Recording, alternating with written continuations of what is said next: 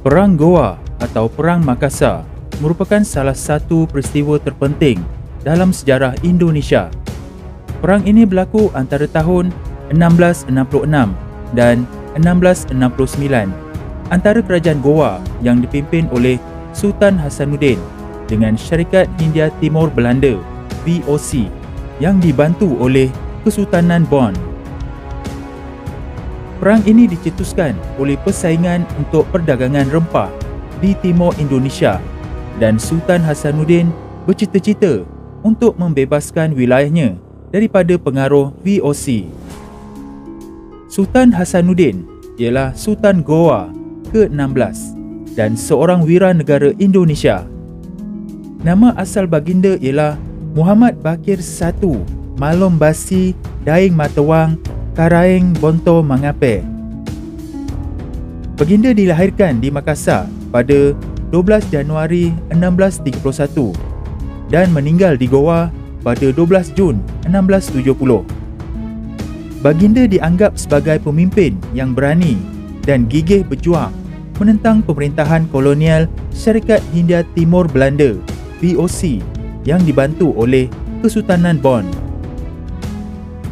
Kerana keberaniannya, baginda digelar ayam jantan dari timur oleh Belanda.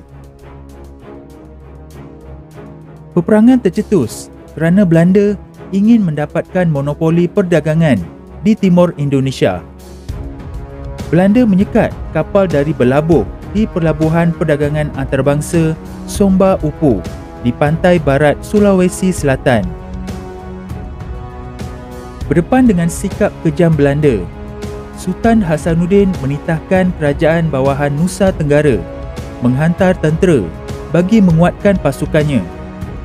Sebaliknya, Belanda menggunakan kaedah politik pecah dan perintah untuk mendapatkan bantuan daripada Arung Palaka dari Kesultanan Bonn. Arung Palaka menerima permintaan Belanda dengan alasan untuk membalas kekalahan dan memulihkan kembali kemerdekaan Bonn. Arung Palaka adalah Sultan Bonn ke-15, memerintah dari 1672 hingga 1696. Beliau dilahirkan di Sopeng pada 15 September 1634, putera kepada La Madarameng Matirori Bukaka, Raja Bonn ke-13. Dia dikenali sebagai wira kerana berjaya membebaskan Bonn daripada pendudukan Goa. Tetapi juga ada yang berpendapat beliau sebagai pengkhianat yang bersekutu dengan Belanda untuk menyerang Goa. Namun sebenarnya, Bonn dan Goa menjadi mangsa percaturan oleh pihak Belanda untuk mencapai matlamat penguasaan perdagangan di Indonesia. Beliau meninggal dunia di Makassar pada 6 April 1696. Perang Goa telah berlaku dalam dua fasa. Fasa pertama ialah perang antara Goa dan Belanda yang dibantu oleh Bonn. Fasa kedua ialah perang antara Goa dan Bonn yang dibantu oleh Belanda. Fasa pertama kempen Goa menentang Belanda bermula pada tahun 1666. Belanda di bawah Jesse Spelman membawa bersama mereka kira-kira 1,900 tentera dan 21 armada kapal perang. Ditambah lagi dari pasukan Bonn di bawah Arung Palaka. Pertempuran berlangsung selama 4 bulan. Pasukan Goa bertahan dengan gigih di Istana Somba Upu, pusat pemerintahan dan pertahanan mereka. Kubu ini mempunyai dinding setebal 2 meter dan tinggi 5 meter serta dilengkapi dengan meriam-meriam besar.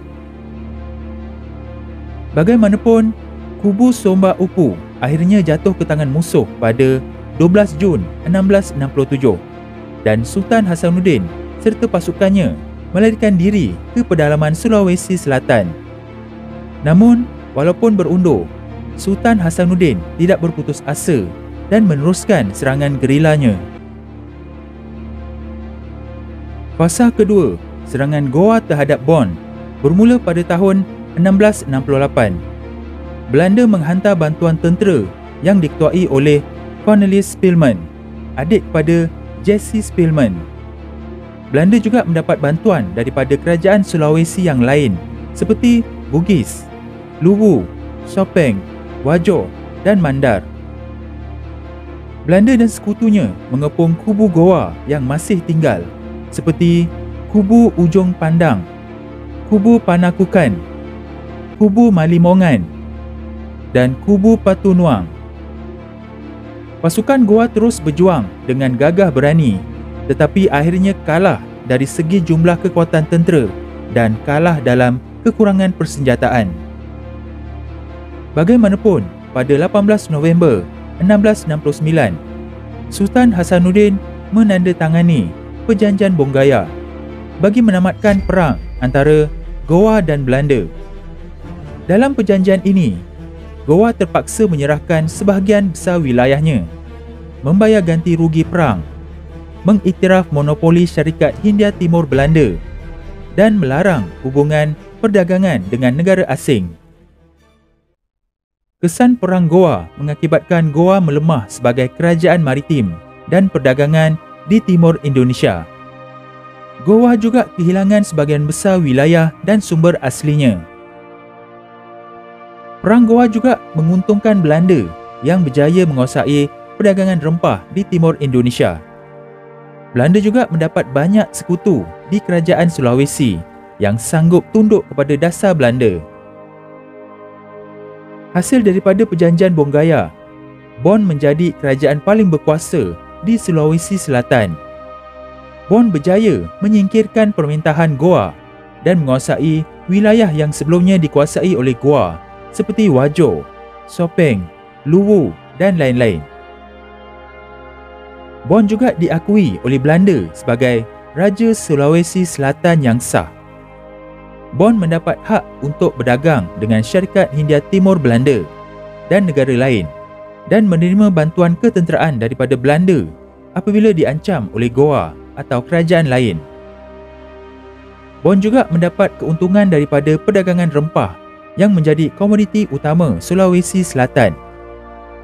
Bon menjadi pembekal rempah kepada Belanda dan negara lain seperti UK, Perancis dan Portugal. Oleh kerana kekuatan kerajaan Bon dipengaruhi oleh Belanda, ada peraturan yang perlu dipatuhi dan dituruti.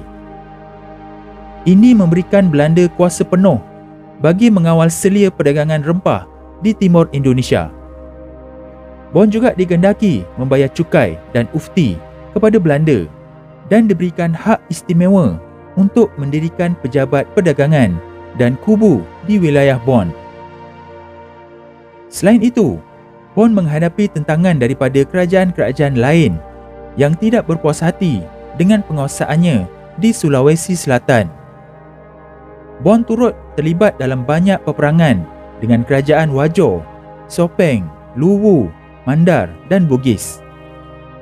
Malah Raja Bon juga turut menghadapi pemberontakan daripada rakyatnya sendiri yang tidak berpuas hati dengan dasar yang dilaksanakan oleh Raja Bon.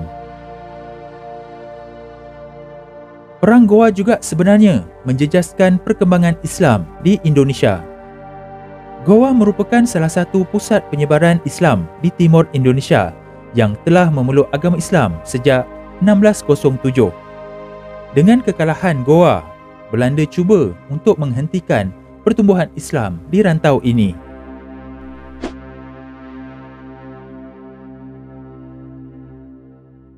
Jom sertai ahli channel Studio NS Production dalam rancangan eksplorasi misteri mistik ini dengan klik butang join di bawah video ini atau klik link pada bahagian description. Ada 4 pakej yang disediakan. Penerangan lebih lanjut akan diterangkan apabila anda klik butang join sekarang. Sokongan anda sangat membantu channel ini.